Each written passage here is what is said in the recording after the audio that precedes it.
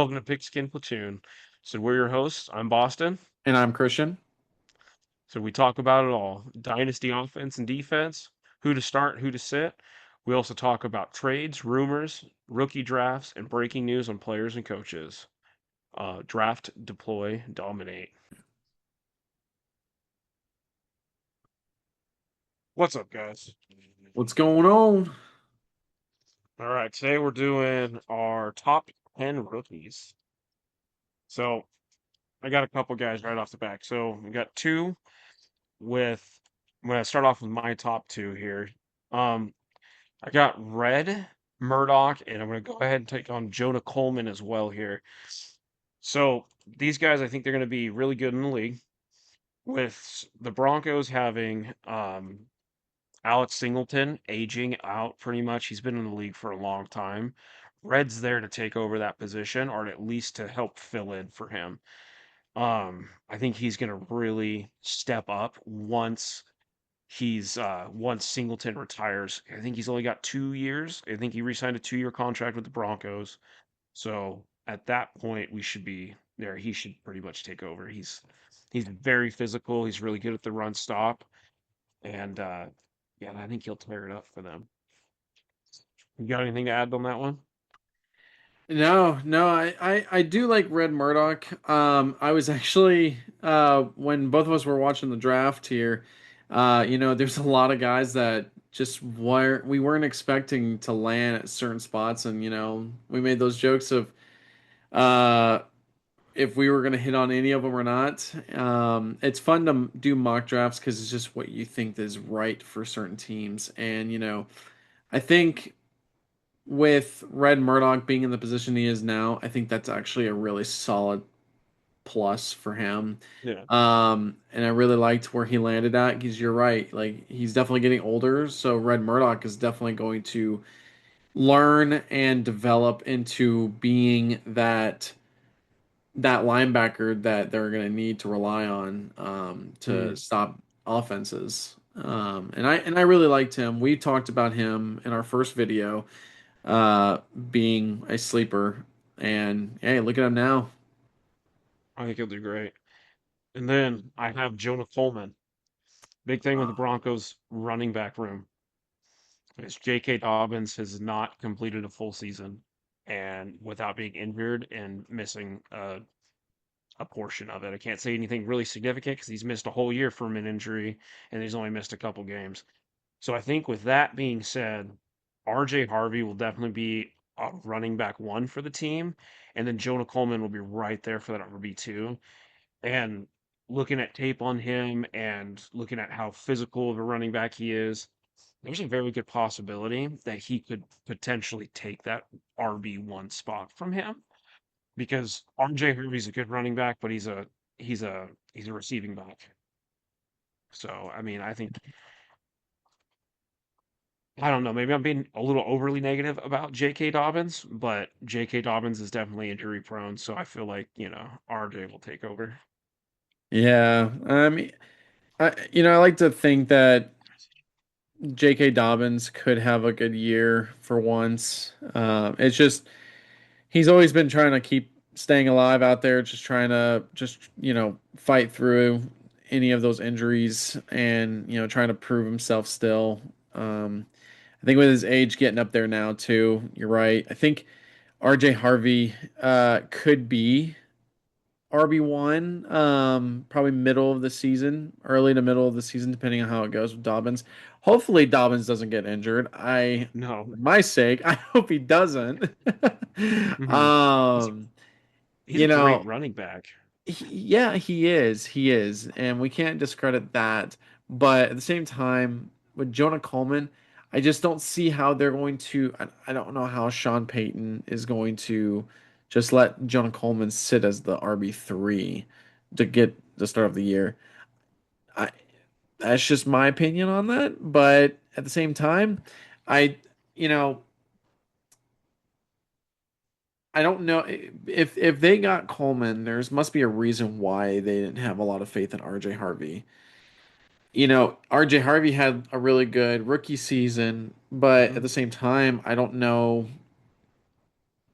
Sean Payton's interesting. Like he's an interesting coach because you just can't figure out what he really wants. And I'm wondering if, maybe Jonah Coleman might be that guy. Uh, Eventually, he might even take over that RB1 by the end of the season. Who knows? Yeah. Um, yeah, I think the way that you have it set up, it makes a lot of sense.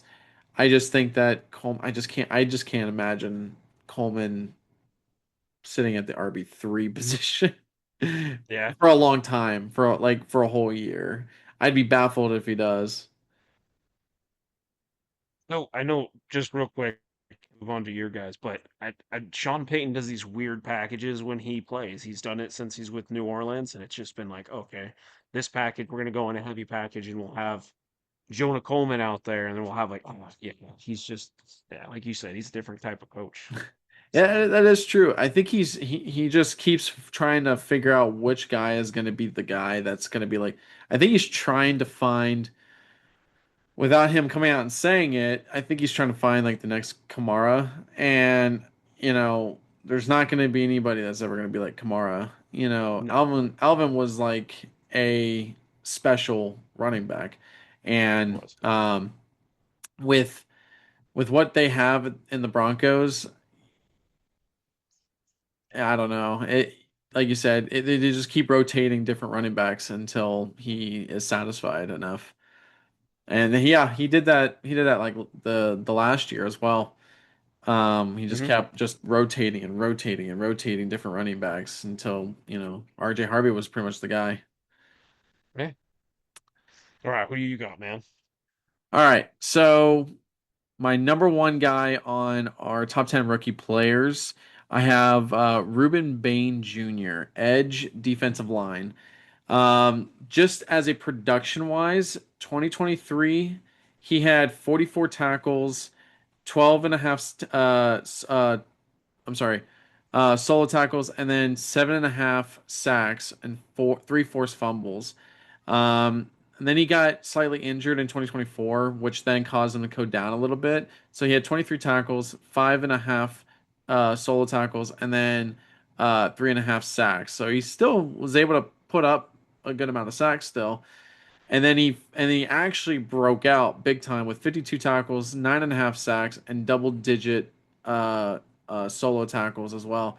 So it's it's really nice to see how well he can bounce back from an injury, and I really like how Ruben Bain falls to a really good position. Um, where I think he compares to, he reminds me a lot of. You remember Brandon Graham from the Eagles? How legit of an edge rusher he was, and he stayed around for a long time. And I think that he kind of reminds me of like a low ceiling of him, and then like I could see his trajectory going up, like Trey Hendrickson or a Cameron Jordan type of edge rusher. Um, he's got that build, he weighs like 275 pounds, and he's always on the field. He had that slight injury, yes, but I think with ultimately what he can produce, he is going to be like that sack machine that you're going to want. Again, we've talked about defensive linemen. You don't want to like bank on all of them. He has to be a particular type of edge rusher, kind of like an Aiden Hutchinson, like literally Trey Hendrickson, Miles Garrett. Like these are the guys that, yes, these are your solidified edge rushers that are going to produce points day in, day out. But again, it's the linebackers that you ultimately want. So Ruben Bain, I feel like is going to be eventually be up in that tier of Aiden Hutchinson. It might take a year, but after that, I think he's going to be more solidified. So if you have a dynasty, definitely grab him. I think he's gonna dominate where he goes, and he's where with him being there, he's just gonna dominate. Yeah, yeah, I completely agree. And I think right now with the Bucks Yep. having him, it's a very special spot for him. Especially I think that is like wide open for him to grab, to be that big target. And then I got a running back that's in the mid round. Damon Claiborne uh kind of compares to like so get this, his 40-yard speed was a couple uh milliseconds off from Devon Achan's 40-yard speed. So with that being said, I think he's got that type of Shut that up. speed that can Shut that break up. out if Damon Claiborne has the opportunity to um, get on the Minnesota Vikings.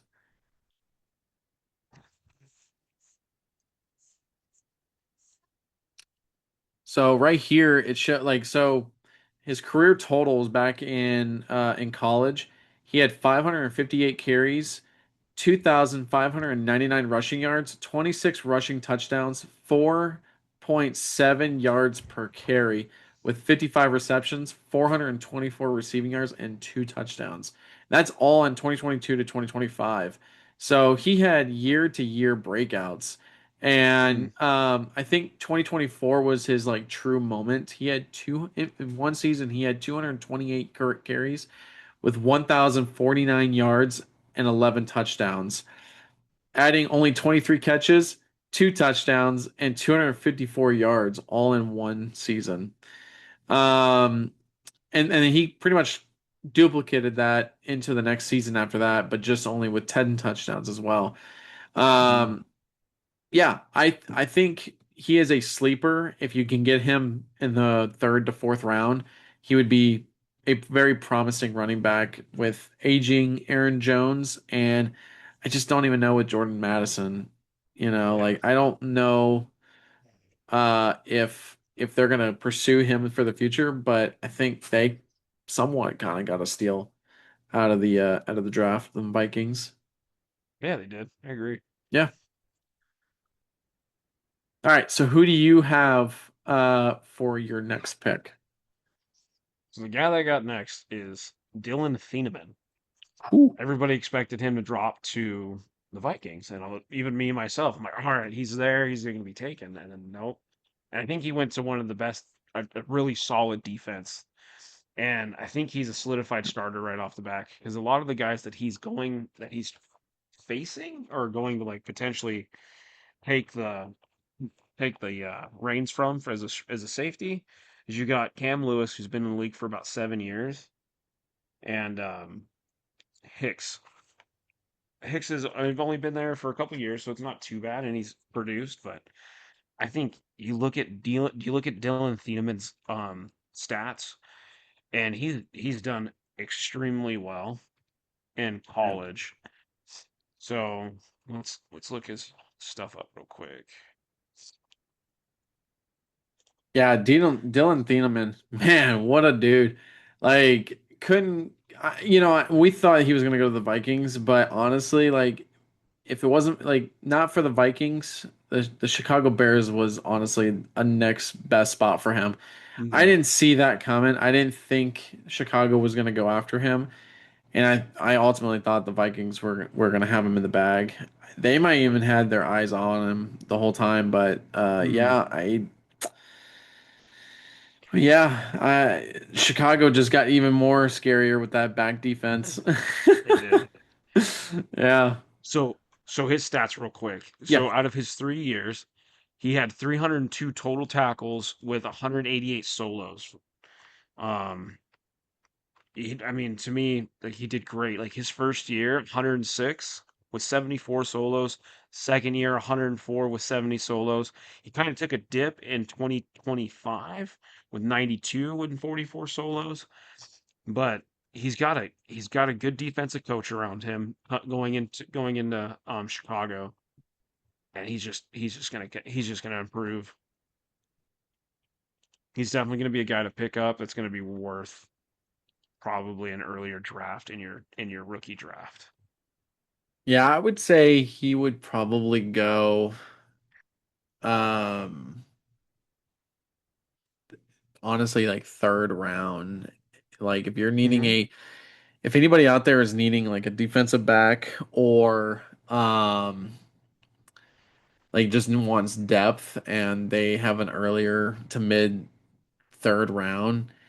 I've been seeing him mocked out of the third round. So, uh, yeah, you're gonna get a point machine with him. Hmm.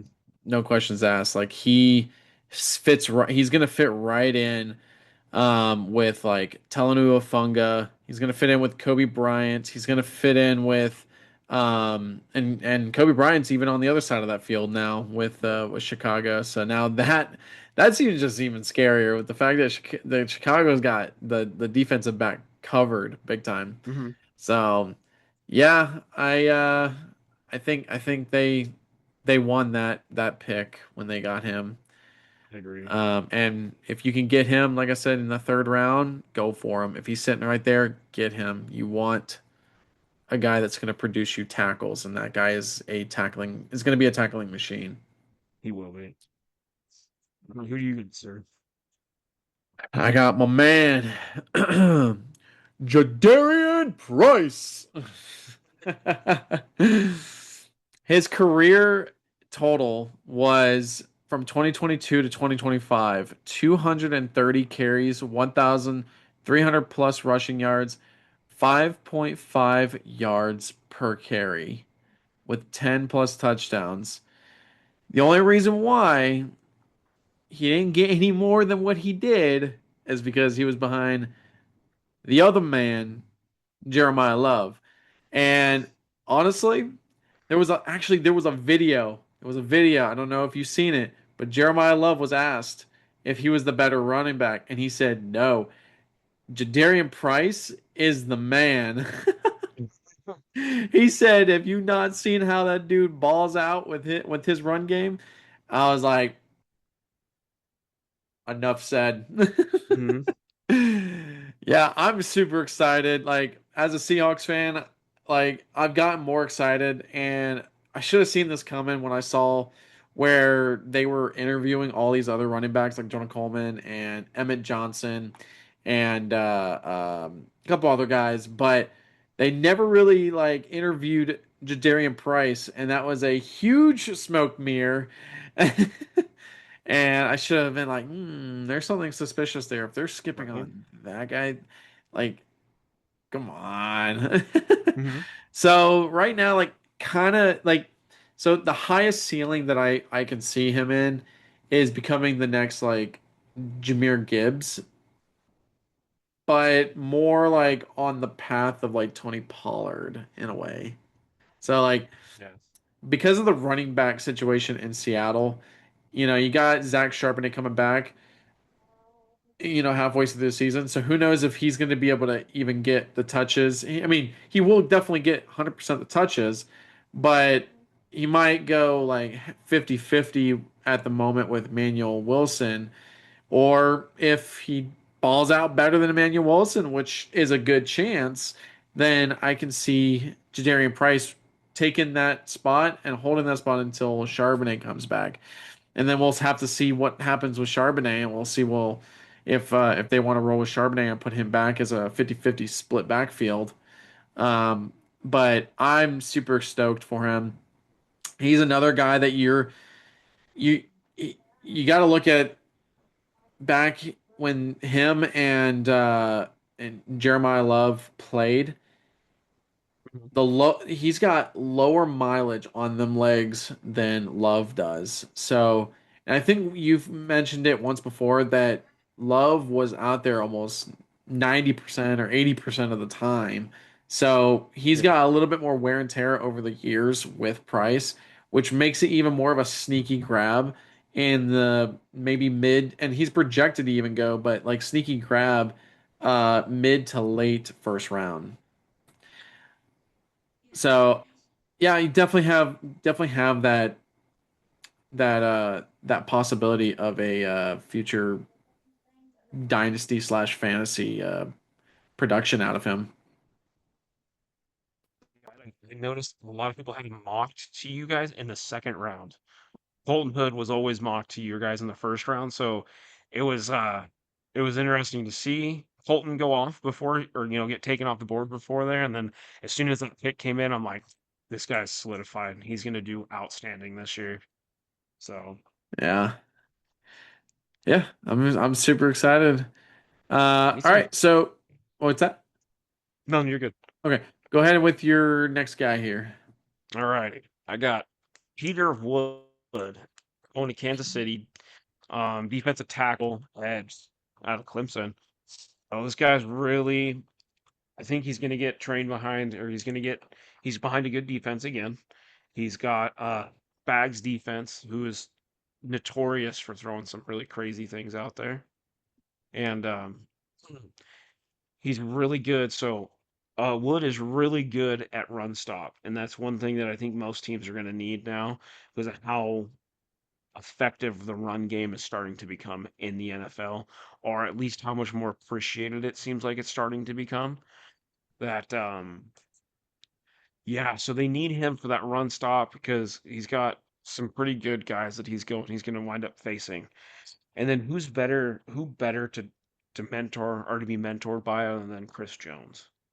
I mean, yeah, there's competition because they did draft another edge later on, but I mean, yeah, get that mentoring behind Chris Jones and then just be able to tear it up.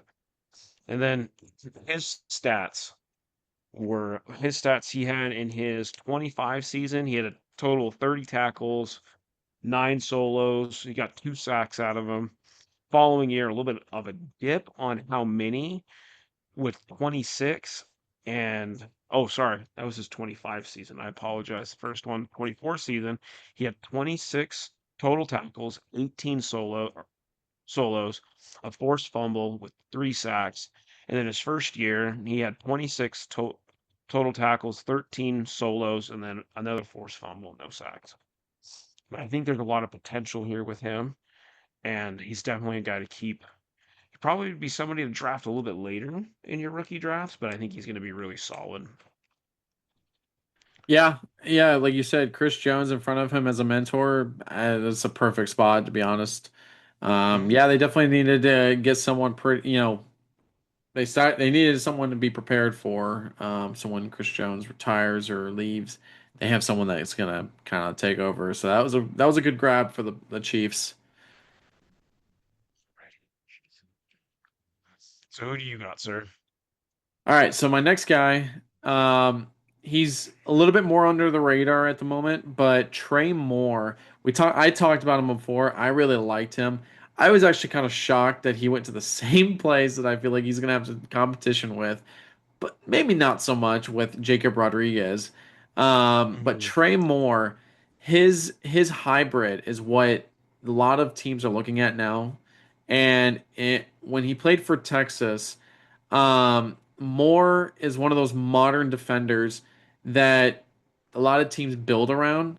It's like a linebacker slash pass rusher, kind of like a Micah Parsons or Quay Walker. Well, not much Quay Walker, but like Micah Parsons or like a Miles Garrett type. Like very quick off the edge, but also can get behind the field and like kind of watch for any of the pass game. But it's like someone that you're exactly needing on IDP leagues. I definitely would consider getting him in the later rounds as a sleeper.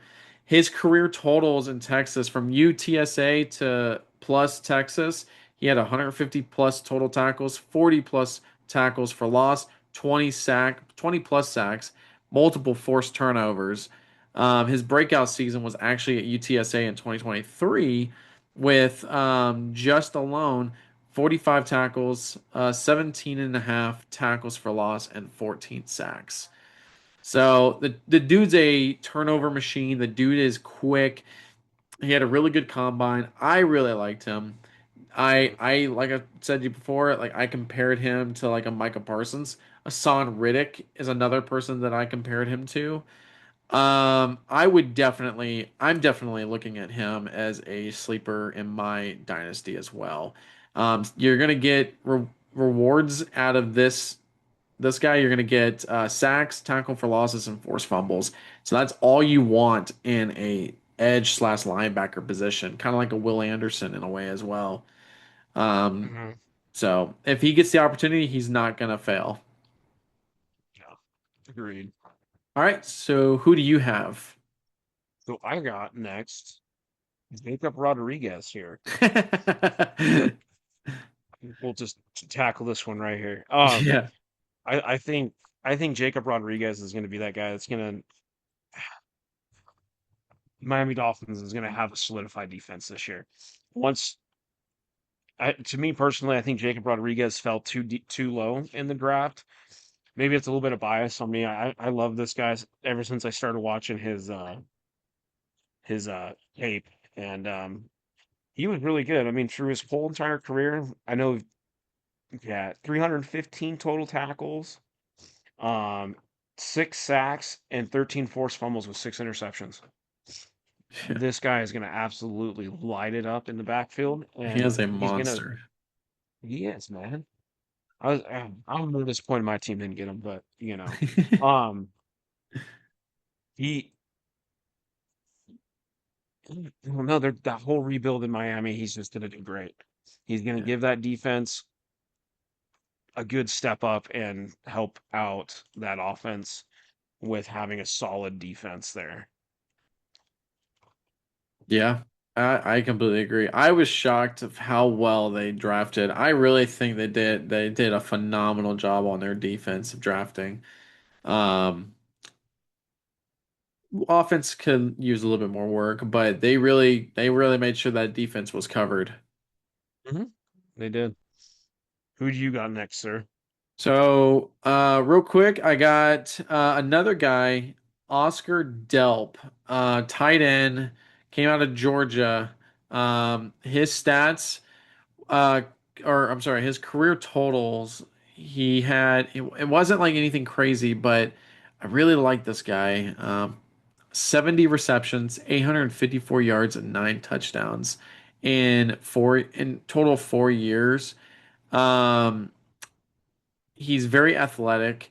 He's 6'5", 245 pounds. He ran a 4.48 to a 4.49, 38-inch vertical jump.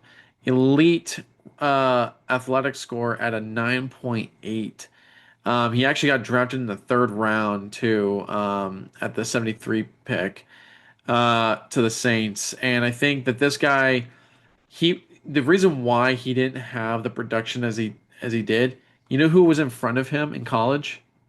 Who? Brock Bowers. Oh, no way. So this is why this guy got slept on so much. But he developed into a very high like blocker, but he's Mhm. also he covers about 80% of his snaps by doing the like blocking or a little bit of a mix up when it comes to pass catching as well. Um, it's probably going to take him about 2 to 3 years, maybe. That's when most tight ends kind of break out for the most part, unless you're Brock Bowers or Trey McBride guy. But with this guy, there's a reason why they drafted him pretty early. Um, he's gonna have to earn the trust with the quarterback and with the coaching to get his spot in.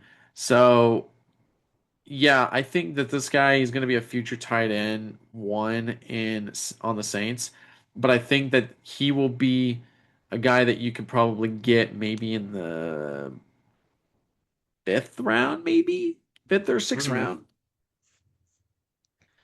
Um, there is a risk, the risk that I see is that he won't become that high volume target. And he could stay as a tight end too in that team. But if he does do really well, he would be a breakout athletic tight end that you would want. That's gonna be hard to cover.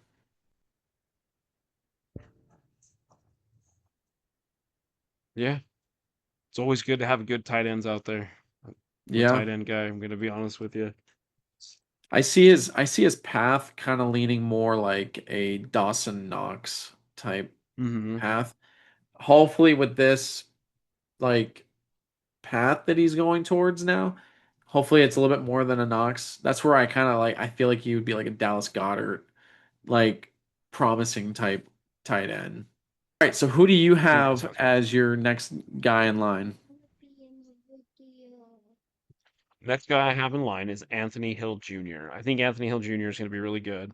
He got drafted by the Tennessee Titans, and the Tennessee Titans are already sitting as a as a team that is after probably building one of the strongest defenses in the league.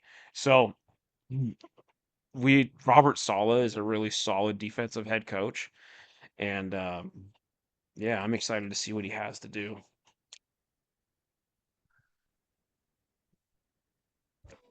What do you say? What do you think? Well, with that defense, I think that they're on an incline to a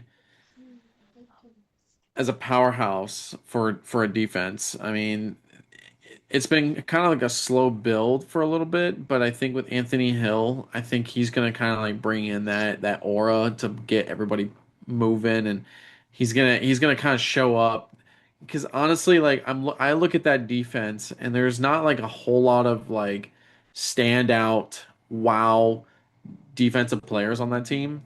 I mean, Mm, yeah, you got Cody Barton, but I mean you know he's about the middle of the pack when it comes to linebackers. He's proven himself to be a starting linebacker, but I think with Anthony Hill, he will definitely kind of like pump up that defense more, and the way that they're going, the path that they're going is going to be another team that you're going to want to watch out for in the future. yeah. So, like you were saying, Cody Barton's been really solid when he was as he plays. Like he's not like a flashy guy or somebody who's like super big, but Cody Barton's good. But having Anthony Hill there, I think, man, he's gonna light it up. Yeah, So, who absolutely. who do you got? So I got another running back. He's kind of like so I see him on Sleeper. They're showing him as a running back, but he's actually a receiver too. So he's kind of like a running back wide receiver hybrid. His name is Adam Randall. His career total before getting drafted was 92 receptions for 1,137 yards for 8 touchdowns.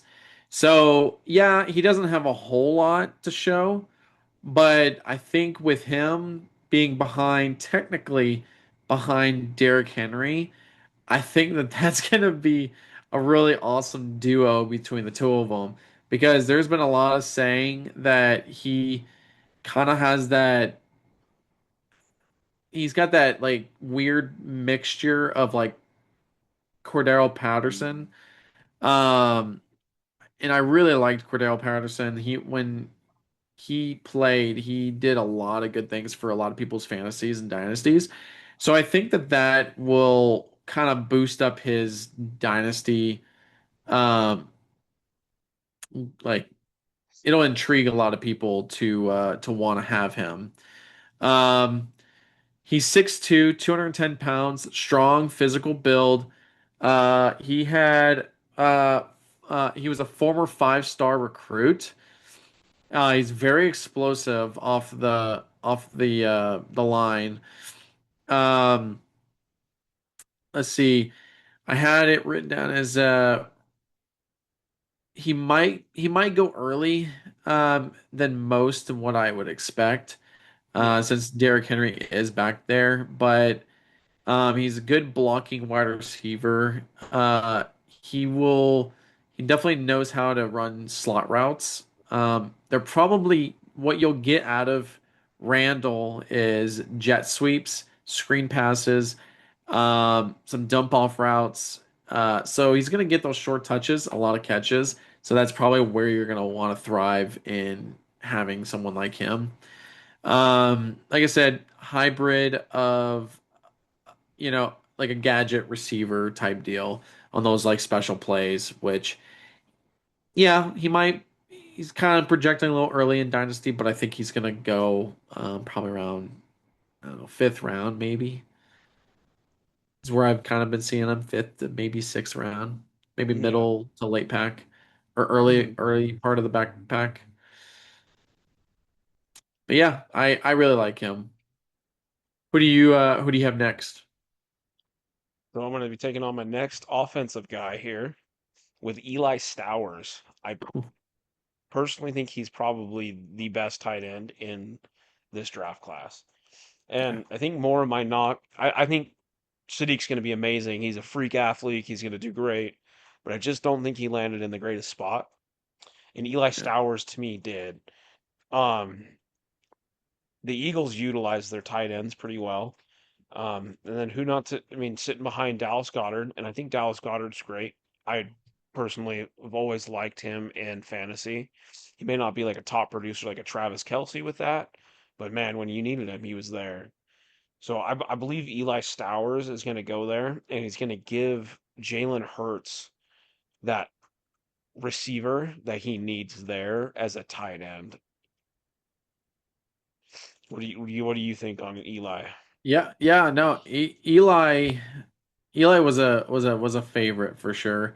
And I mean, honestly, you couldn't match it up any better than falling to the Eagles. I mean, of course the Eagles, they get every good player, it seems like.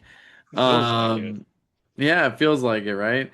So yeah, like even more for Jalen Hurts to have, that's a clear indicator um that they're trying to build for the future after Goddard's gone.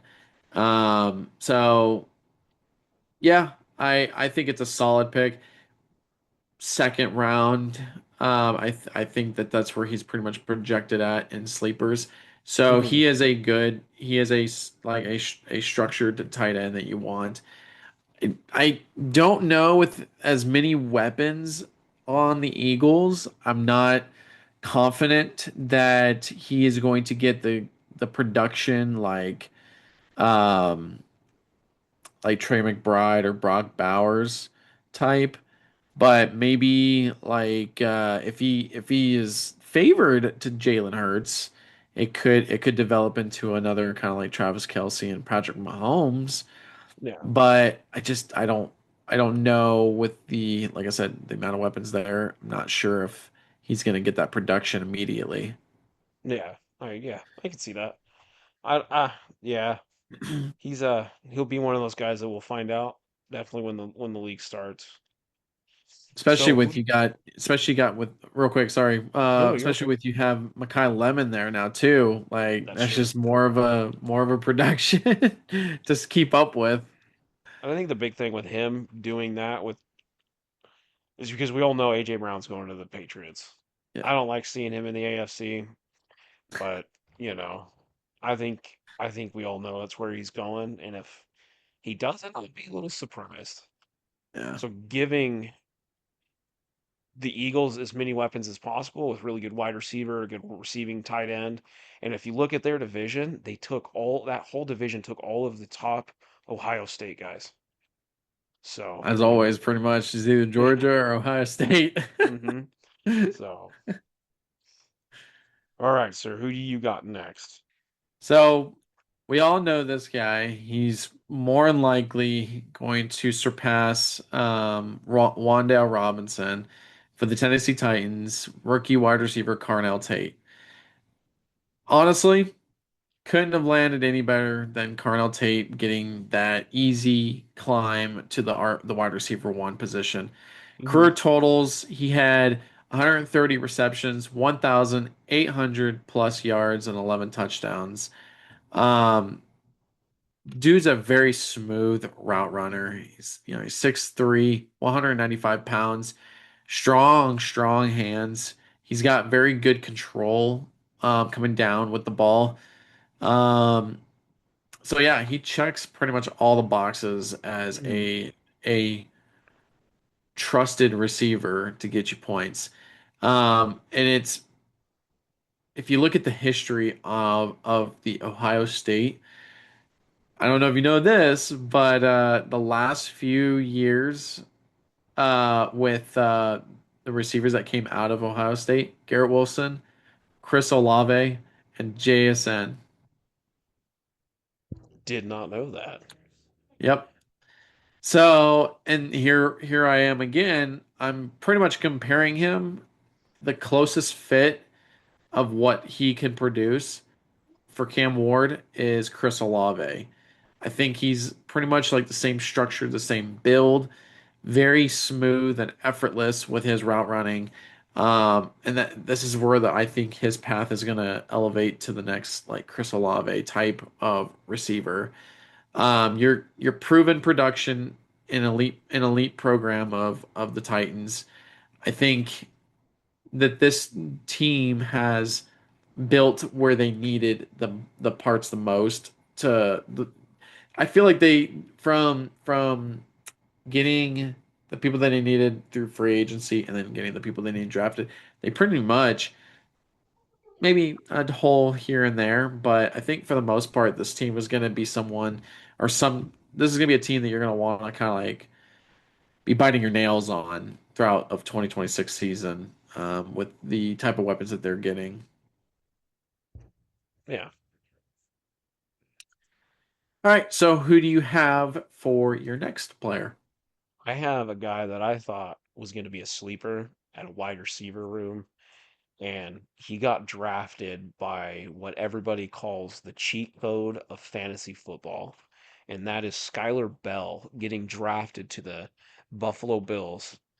Um, I like this guy, man. He can catch the ball, he gets it, and he's just gonna dominate there. He was the only wide receiver I believe that the Bills took, which is kind of mind blowing, I believe. And I had my confidence in this kid because he had good yardage after catch. And I think he was averaging pretty high for his time or when he was or in college. Um,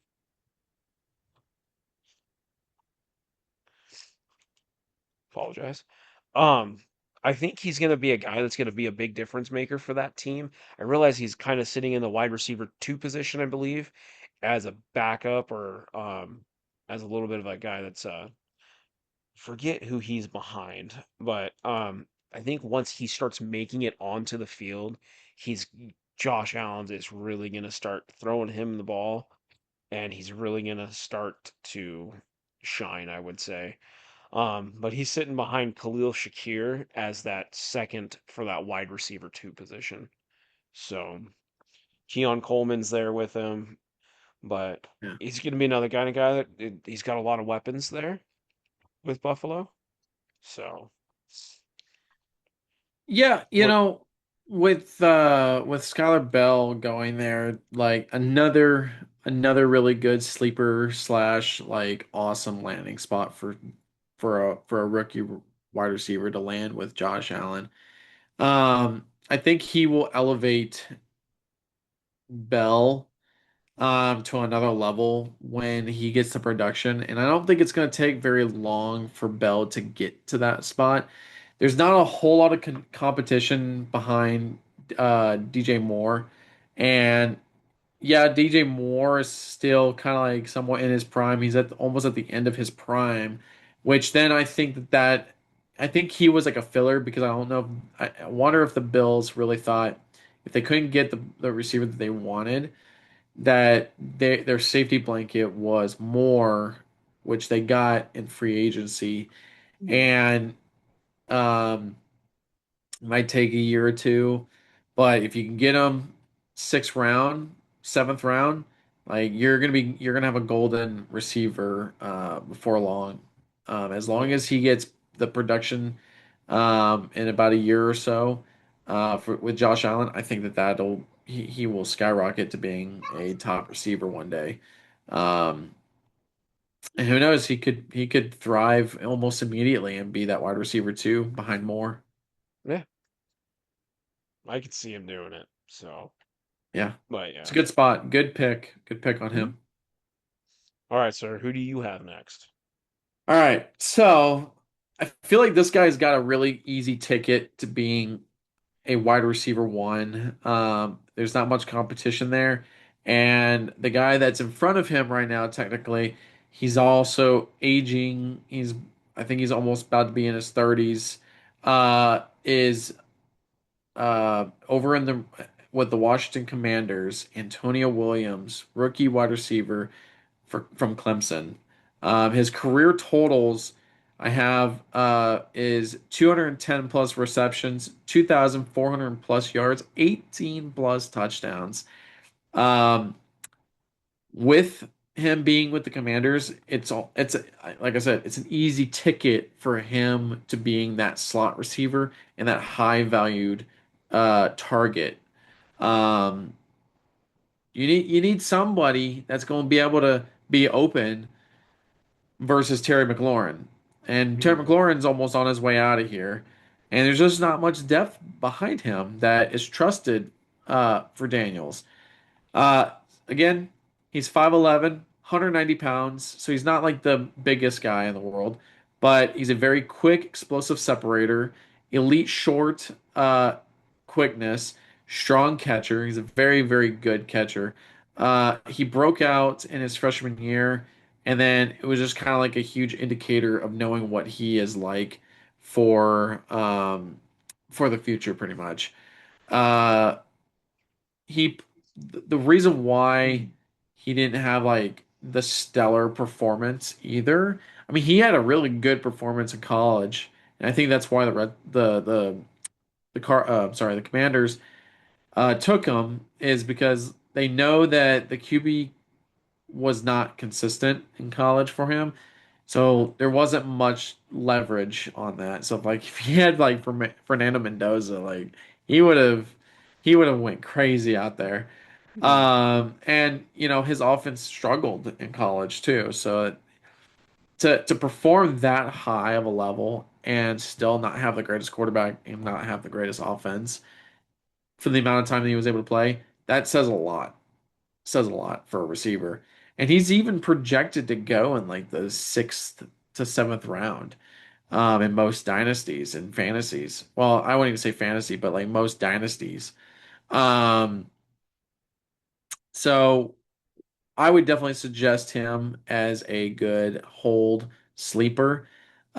He could definitely have a really good ceiling with the Commanders. Um, Yeah. So, I mean, what do you have anything to add on to him by chance? No, I think you pretty much hit everything right on the top of the, head of the nail there. Yeah, I've liked him for a while now. It's kind of like the same time when you started liking Skylar Bell. I found this guy and I was like, dang, like Anthony Williams, like this dude's a dog. Hmm. And honestly, like the hope path that I look at him as, I feel like he could turn into like a Amon Ra in the future. He just has that build like Amon Ra. Yeah, he does. Yeah. All right, who do you have? Okay, so for my ninth guy here, I have Jake Kelly. I talked about him previously. He landed in the seventh round to the New York Giants. And I think what we're seeing here is your um, Jim or John, no, John Harbaugh um, defense forming in front of us. Like this team is going to be great.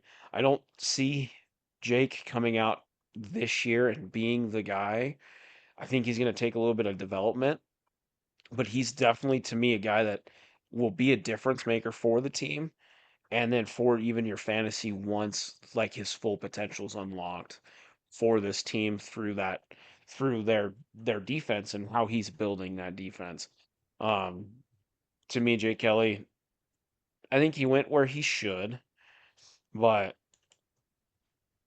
I think he's gonna develop and he's gonna be a guy that I don't know about drafting him early, probably definitely in the later half of your draft, but I Mhm. think he's gonna be somebody that you just keep an eye on because once he's there and once he's on that field, and he starts getting the reps in, he's gonna take over. Yeah. To add on to him, there is a lot of depth back there in the defense with the Giants, and it sucks in a way for him not to have the opportunity right away, like, for an example of like Arvel Reese or Jacob Rodriguez. Uh he will eventually prove himself as being a top linebacker. Right now, on a safety note, I would definitely keep him if you can get him, you can get him in the mid to late rounds. I would definitely keep him in your taxi squad and see and wait. I wouldn't pull him out of that just yet. Maybe give it if you start seeing him play more, I wouldn't pull him out immediately. If you're struggling, I wouldn't do it. I learned that lesson. Um, so if it definitely ties up a slot on your bench to rotate with your IDPs. So give it a couple weeks. If he's getting that more production, that means that they're starting to like him even more to be on the field. And just keep your eye on him. But Yeah, I don't see a flaw in him that they can't not use him. So I hope that he gets the credit that he deserves. me too.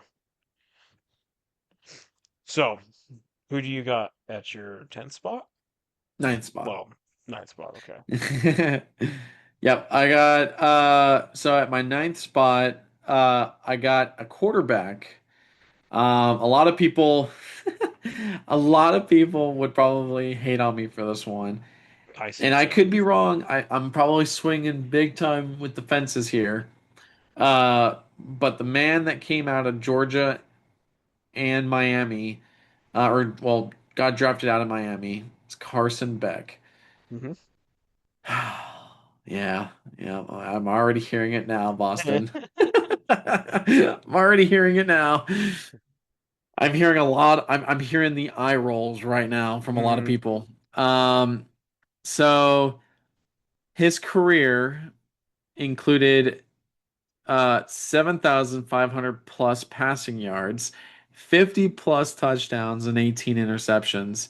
Um, he did really good for a quarterback in this position, and where he landed at. I think if you, I'm not gonna say it's just like a ticket for Brissett to be the guy, but it would be kind of crazy to think that uh they're trying to do the same, like the Cardinals are going to try and do the same thing like the Patriots did with Jacoby Brissett. If you think about it, Brissett also played 6 games, and then Drake May was the guy that was learning the system and then taking over. And now look, he's dynasty quarterback number two, projected. So not saying that, Carson Beck's gonna be a Drake May or anything, but like if he could learn the system, I know he's got a chip on his shoulder for sure, and I think if the Cardinals landed a good quarterback, then this would be hopefully the guy. Um, I know a lot of Cardinals fans out there are like, I beg to differ, but I could kind of see him as a Jared Goff slash like Kirk Cousins type quarterback. Um, the only risk that I see him developing into would be like a Mac Jones, and then getting tossed around a few places, and then finally getting like dynasty relevancy all of a sudden. Hopefully that's not the case. He's a more of a pocket passer. He's not much of a rushing QB, so you're not going to get much of the rushing uh, abilities out of him in Dynasty, which kind of sucks. But I see people starting Jared Goff as their QB1.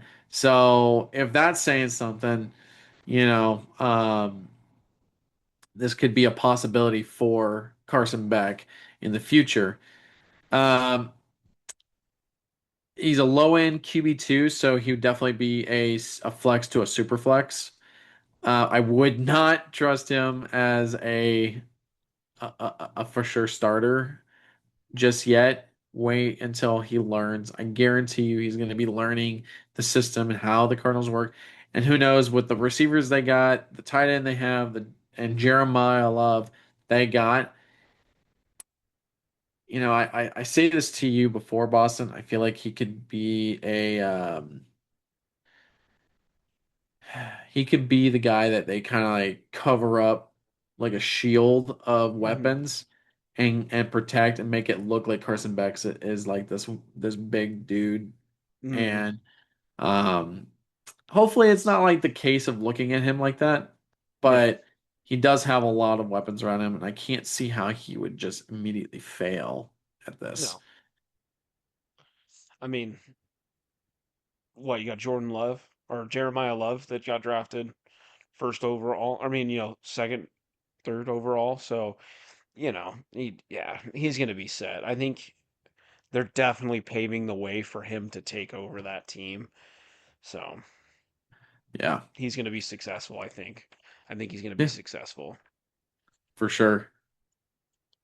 All right, so who do you have as your 10th guy now? Okay, so I'm rounding it off, capping it off here with another guy. He's going to have a little bit of a fight on his hands.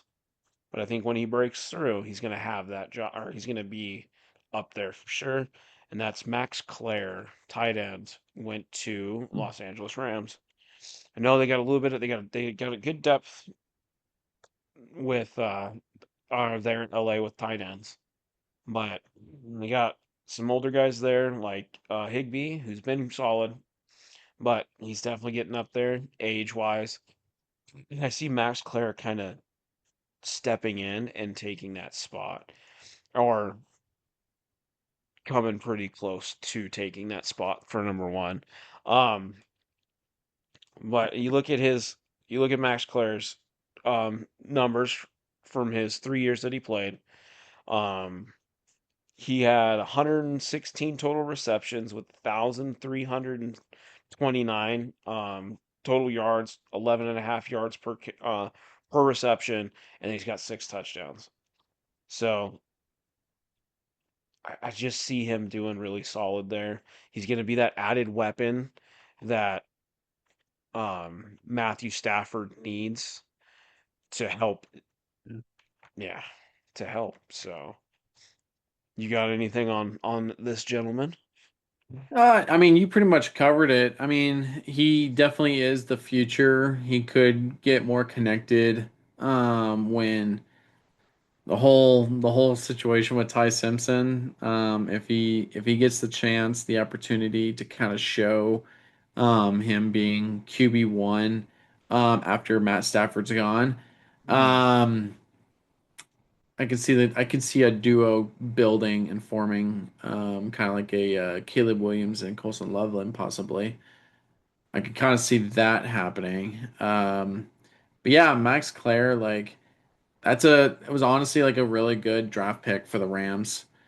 I think so. And yeah, I think that was a good hit for them. Yeah, I agree. After that Ty Simpson draft pick, I think the Max Clare was definitely kind of like let's make it up a little bit. Hmm.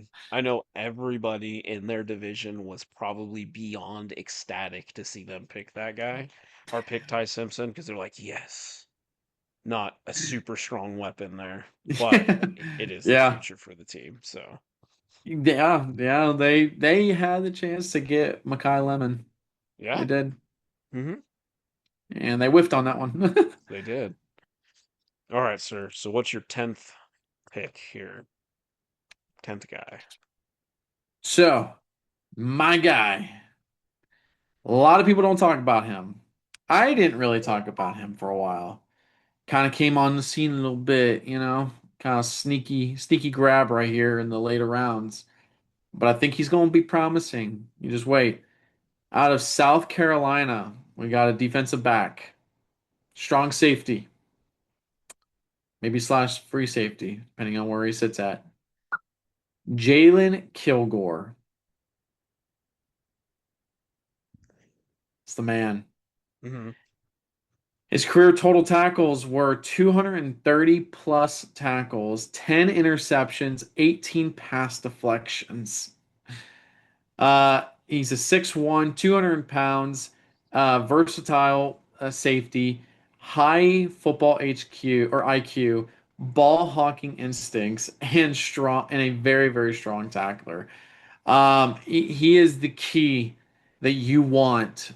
He's gonna be up there. I feel like when we talked about Dylan Thieneman earlier, I think he's gonna be another guy that's gonna kind of rise up and kind of shock a lot of people of how well his tackling abilities are going to be. Um, with Kilgore, uh, you're looking at ball production. I'm almost confident that they're going to start him pretty immediately. Uh, Who's he sitting behind? he is. Let me see. Is it Cole Bishop? I think so. Let me see.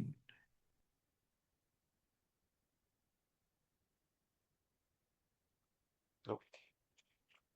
Yeah, I think so. So like Kilgore being on being on the Bills is another elite position that they needed, and I think that they hit really good with this guy.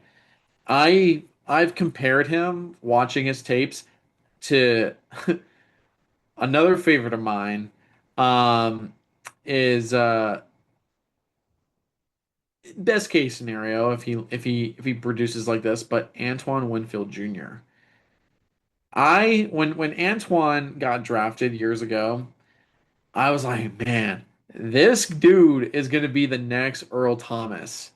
And I haven't been wrong yet when it comes to Earl Thomas type deal. Yeah. Um, he's got the speed, the versatility of a Kyle Hamilton, which is really good. And then more realistic range where I kind of see him in. And, I would love to see him as a Winfield Jr. type safety, Hmm. but Jesse Bates is more of kind of like the realistic like path that I see him going towards. Yeah. But in Dynasty for an IDP position, um, he's got the early breakout. He's a strong tackler.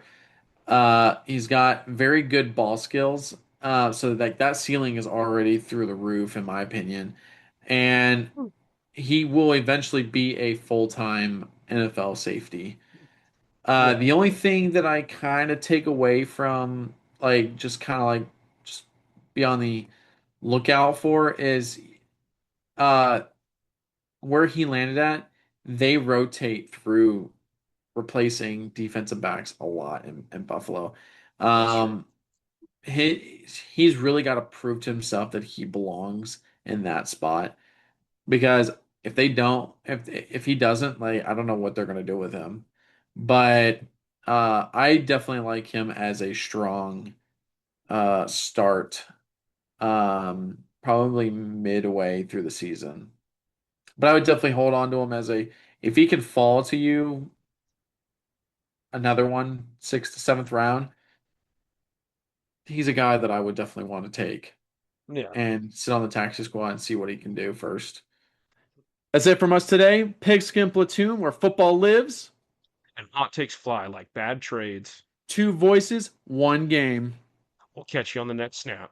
Thank you for watching and smash that subscribe button and turn on the bell icon so you can catch all of the updates on all football from us. And comment down below and let us know how we did and where we can do better at. We appreciate it and have a good one.